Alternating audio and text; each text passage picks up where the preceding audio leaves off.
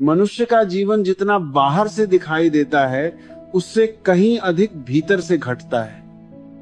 और जब दो लोग पति और पत्नी के रूप में साथ रहते हैं तो उनका रिश्ता केवल शरीर या जिम्मेदारियों का नहीं होता, बल्कि दो मनों, दो अहंकारों, दो अतीतों और दो अपेक्षाओं का मिलन होता है।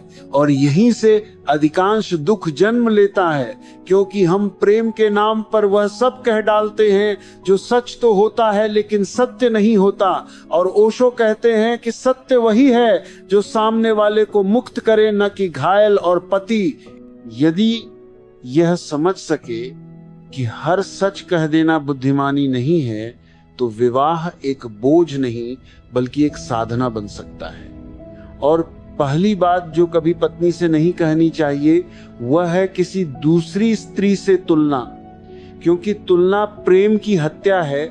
और जब तुम कहते हो कि कोई और स्त्री तुमसे अधिक सुंदर है, अधिक समझदार है, अधिक शांत है, तो तुम केवल शब्द नहीं बोलते बल्कि पत्नी के अस्तित्व पर चोट करते हो।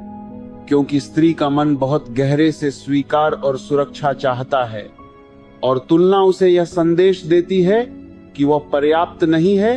और ये भाव धीरे धीरे प्रेम को ईर्ष्या और भय में बदल देता है। और दूसरी बात जो कभी नहीं कहनी चाहिए वह है अपने अतीत के प्रेम संबंधों की विस्तार से चर्चा, क्योंकि अतीत मृत होना चाहिए, और यदि तुम उसे बार बार जीवित करते हो तो वर्तमान में जहर घुलता है और पत्नी के मन में एक ऐसा चित्र बनता है जिससे वह कभी मुक्त नहीं हो पाती, और वह स्वयं को उन स्त्रियों से अनजाने ही तौलने लगती है और प्रेम प्रतियोगिता बन जाता है, जबकि प्रेम में कोई प्रतियोगिता नहीं होती। और तीसरी बात जो कभी नहीं कहनी चाहिए वह है अपनी कमजोरी को इस रूप में बताना कि तुम जिम्मेदारी से भाग सको। क्योंकि जब तुम कहते हो कि मैं ऐसा ही हूं, मुझसे बदला नहीं जाएगा, तो तुम स्वयं को नहीं बल्कि रिश्ते को कैद कर रहे होते हो। और पत्नी धीरे धीरे मां की भूमिका में चली जाती है और पति बच्चा बन जाता है, और यह संतुलन बिगाड़ देता है।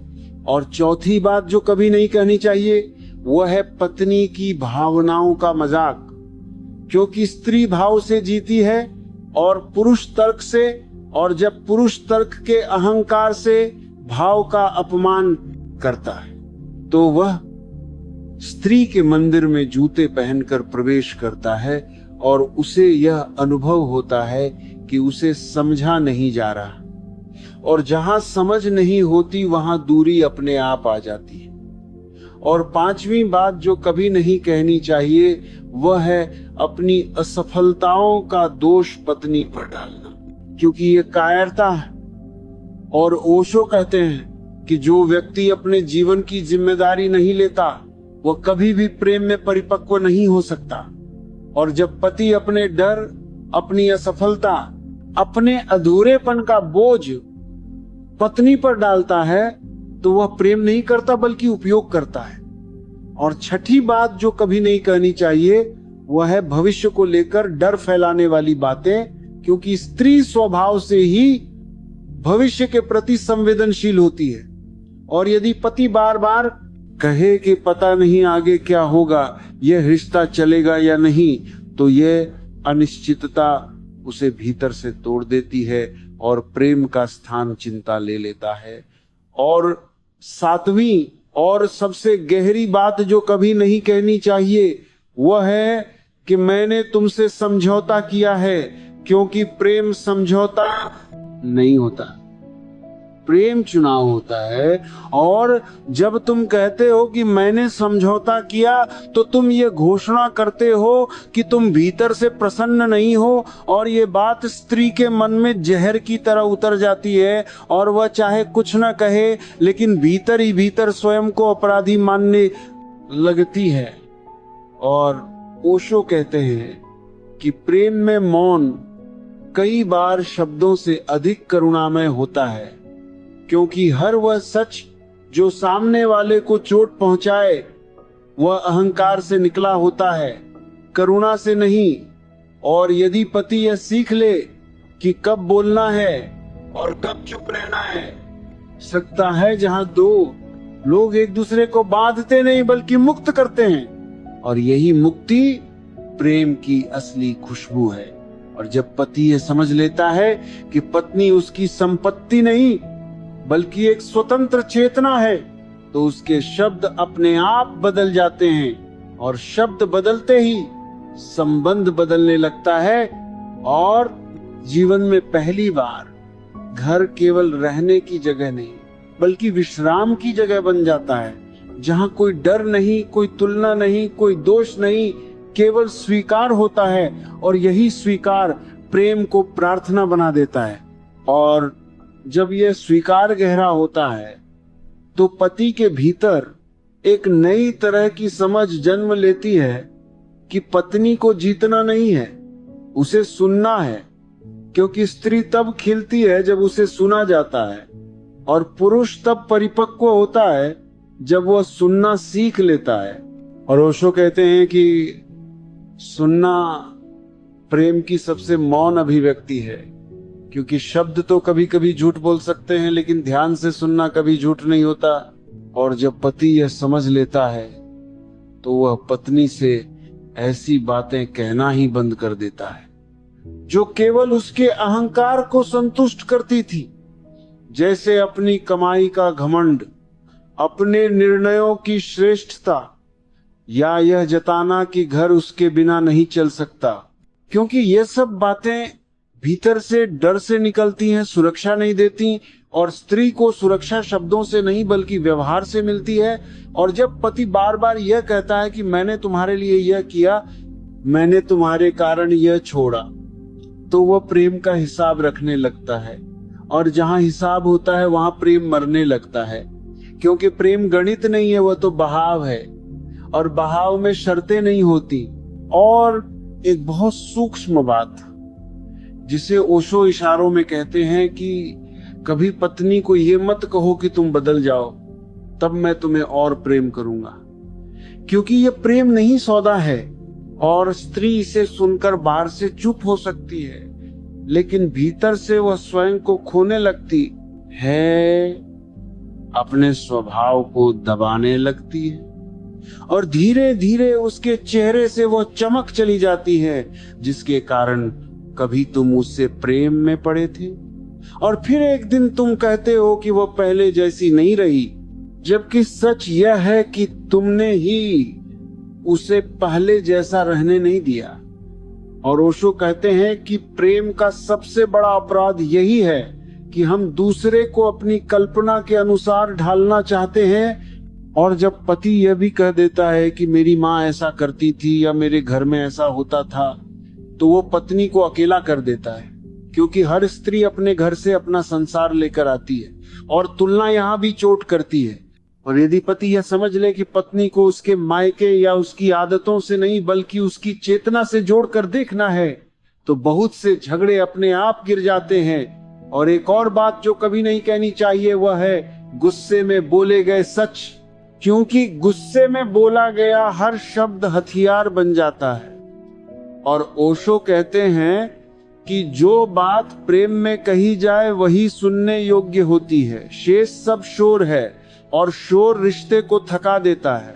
और जब पति चुप रहना सीख लेता है तब वह पत्नी के भीतर छुपे डर, सुरक्षा और अनकहे प्रश्नों को महसूस करने लगता है, और यहीं से संबंध में करुणा प्रवेश करती है। और करुणा के आते ही नियंत्रण विदा होने लगता है, क्योंकि जहां करुणा होती है वहां किसी को बदलने की इच्छा नहीं रहती, और पत्नी तब पहली बार पति के पास मन खोलकर बैठ पाती है, बिना डर के, बिना जांच के, बिना इस चिंता के कि उसके शब्दों को हथियार बना लिया जाएगा। और ओशो कहते हैं कि प्रेम वही है जहां तुम नंगे हो सकते हो बिना किसी खतरे के। और यदि पति यह सीख ले कि कुछ बातें कहने योग्य नहीं होती, भले ही वे सच हों, तो वही संयम उसे एक साधक बना देता है, और वही साधना विवाह को स्वर्ग या नरक बनाती है। और फर्क केवल इतना है कि तुम अपने शब्दों के प्रति कितने जागरूक हो, क्योंकि शब्द बीज होते हैं, जो बोए जाते हैं वही उगते हैं, और जो पति कांटे बोता है वह फूलों की अपेक्षा कैसे कर सकता है। और जब यह समझ उतर जाती है तो बोलना अपने आप कम हो जाता है, मौन बढ़ने लगता है, और उस मौन में प्रेम गहराने लगता है, और वही मौन धीरे धीरे दो शरीरों के बीच नहीं बल्कि दो आत्माओं के बीच पुल बन जाता है। और तब पति पत्नी नहीं रहते, केवल दो यात्री रह जाते हैं जो एक दूसरे के साथ चल रहे हैं, पकड़े नहीं हुए। और यही ओशो की दृष्टि में प्रेम की सबसे ऊंची अवस्था है, जहां कुछ भी कहना आवश्यक नहीं रह जाता, क्योंकि जो कहना था वह समझ में बदल चुका होता है। और इस समझ के गहरे होते ही पति के भीतर एक और परत खुलती है, जहां उसे यह साफ दिखाई देने लगता है कि स्त्री के सामने हर बात कहना दरअसल साहस नहीं बल्कि कई बार असावधानी होती है, क्योंकि प्रेम में साहस का अर्थ है सामने वाले की कोमलता की रक्षा करना, न कि अपने मन का बोझ उतार देना। और ओशो कहते हैं कि जो व्यक्ति अपने मन का कचरा दूसरे पर फेंक देता है वह हल्का नहीं होता, वह दूसरे को भारी कर देता है।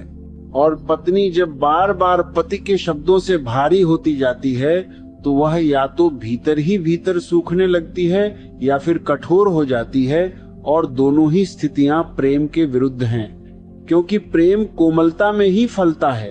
और एक बहुत सूक्ष्म बात यह भी है कि कभी पत्नी से ये मत कहो कि तुम समझती नहीं हो, क्योंकि ये वाक्य स्त्री की बुद्धि का नहीं, उसके अस्तित्व का अपमान है।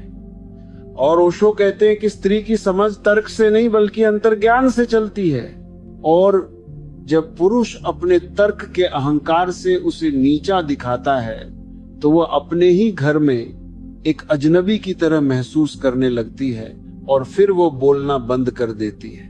लेकिन ये मौन प्रेम का मौन नहीं होता, ये थकान का मौन होता है, और थका हुआ मौन धीरे धीरे दूरी में बदल जाता है। और पति यह सोचता है कि अब झगड़े कम हो गए हैं, जबकि सच यह होता है कि संवाद मर गया है, और जहां संवाद मर जाता है वहां संबंध केवल एक व्यवस्था बनकर रह जाता है, प्रेम नहीं। और ओशो कहते हैं कि व्यवस्था से सुविधा मिल सकती है लेकिन आनंद नहीं। और एक और बात जो बहुत बार पति अनजाने में कह देता है वह है कि मैं बाहर बहुत थक जाता हूं इसलिए मुझे समझो।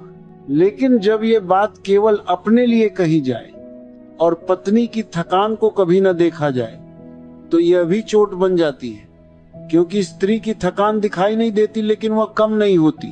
और जब पति ये मान लेता है कि उसकी मेहनत बड़ी है और पत्नी की छोटी, तो वह प्रेम में नहीं बल्कि सत्ता में खड़ा होता है, और सत्ता और प्रेम एक साथ नहीं चल सकते। और ओशो कहते हैं कि प्रेम में कोई ऊंचा नीचा नहीं होता, वहां केवल दो बराबर चेतनाएं होती हैं। और जब पति यह भी कहना छोड़ देता है कि तुम मेरे बिना कुछ नहीं कर सकती, तब पहली बार पत्नी सांस लेती है, क्योंकि यह वाक्य सुरक्षा नहीं देता, यह निर्भरता थोपता है, और निर्भरता प्रेम को धीरे धीरे गुलामी में बदल देती है, और स्त्री भीतर से विद्रोही हो जाती है या टूट जाती है। और दोनों ही स्थितियां सुंदर नहीं है। और ओशो कहते हैं कि प्रेम का अर्थ है दूसरे को इतना सक्षम बनाना कि वह तुम्हारे बिना भी जी सके और फिर भी तुम्हारे साथ रहना चुने। और जब पति ये समझ लेता है तो उसके शब्दों से पकड़ छूट जाती है और वह पत्नी को बांधने की भाषा छोड़ देता है, और तब संबंध में एक नई हवा बहने लगती है, हल्की खुली डर से मुक्त। और उस हवा में पुराने घाव भरने लगते हैं, क्योंकि अब कोई नया घाव नहीं बन रहा होता। और ओशो कहते हैं कि नया घाव रुक जाए तो पुराना अपने आप ठीक होने लगता है। और यही वह बिंदु है जहां विवाह धीरे धीरे साधना में बदलने लगता है, क्योंकि अब पति बोलने से पहले जागरूक है, और जागरूकता ही ध्यान है। और ध्यान जब रिश्ते में उतरता है तो प्रेम केवल भावना नहीं रहता, वह करुणा बन जाता है। और करुणा में दोष नहीं होते, अपेक्षाएं नहीं होती, केवल साथ होता है। और उसी साथ में स्त्री फिर से खेलने लगती है, हंसने लगती है, बिना डर के, बिना जांच के। और पति तब पहली बार देखता है कि प्रेम सुधारने से नहीं बल्कि स्वीकार करने से गहराता है। और यही स्वीकार धीरे धीरे दोनों को भीतर के उस मौन तक ले जाता है जहां शब्दों की कोई आवश्यकता नहीं रह जाती, क्योंकि वहां प्रेम स्वयं बोलता है, बिना आवाज के, लेकिन बहुत गहराई से। और जब यह मौन इतना गहरा हो जाता है कि शब्द अपने आप गिरने लगते हैं, तब पति को पहली बार यह अनुभूति होती है कि उसने पत्नी को कभी खोया ही नहीं था। वह तो अपने ही बोले गए शब्दों के शोर में उसे सुन नहीं पाया था। और ओशो कहते हैं कि अधिकतर रिश्ते टूटते नहीं हैं, वे बस सुनाई देना बंद हो जाते हैं। और जब पति यह समझ लेता है कि प्रेम में जीतना नहीं है, केवल उपस्थित होना है, तब पत्नी कोई मांग नहीं करती, कोई शिकायत नहीं करती, क्योंकि उसे वह मिल चुका होता है जिसकी उसे सबसे अधिक आवश्यकता थी, सम्मान और सुरक्षा। और तब घर में शांति किसी नियम से नहीं आती बल्कि समझ से उतरती है, और वही शांति धीरे धीरे पति को भी बदल देती है। क्योंकि जो व्यक्ति दूसरे को सुरक्षित महसूस कराता है, वह स्वयं भी भीतर से निडर हो जाता है। और यही निडरता प्रेम की असली नींव है। और अंत में ओशो की दृष्टि से एक ही बात बचती है कि यदि तुम सच में अपनी पत्नी से प्रेम करते हो तो उससे सब कुछ कहने की जिद छोड़ दो, क्योंकि प्रेम सब कह देने में नहीं बल्कि बहुत कुछ न कह पाने की करुणा में छुपा है। और हो सकता है तुम ये सोच रहे हो कि ये सब बातें छोटी हैं, लेकिन याद रखना, शब्द छोटे हो सकते हैं पर उनके घाव बहुत गहरे होते हैं। और अब प्रश्न ये नहीं है कि तुम अपनी पत्नी से क्या कहते हो, असली प्रश्न ये है कि तुम अपने भीतर कितना जागरूक होकर बोलते हो, क्योंकि वही जागरूकता तय करेगी कि तुम्हारा रिश्ता आदत बनेगा या ध्यान, बोझ बनेगा या सौगात। और शायद इसी क्षण यदि तुम चुप होकर अपने पिछले शब्दों को याद करो तो तुम्हें दिखेगा कि कितना कुछ ऐसा था जिसे कहना आवश्यक नहीं था। और यदि यह समझ अभी आ गई तो यह वीडियो केवल सुनना नहीं रहा, ये एक मोड़ बन सकता है, क्योंकि प्रेम हर रोज एक नया चुनाव है। और अगला चुनाव तुम्हारा है कि तुम वही शब्द दोहराओगे जो दूरी बनाते हैं, या वो मौन चुनोगे जो संबंध को प्रार्थना बना देता है। और यही प्रश्न तुम्हें अपने साथ ले जाना है, क्योंकि उत्तर बाहर नहीं, तुम्हारे अगले शब्द में छुपा है।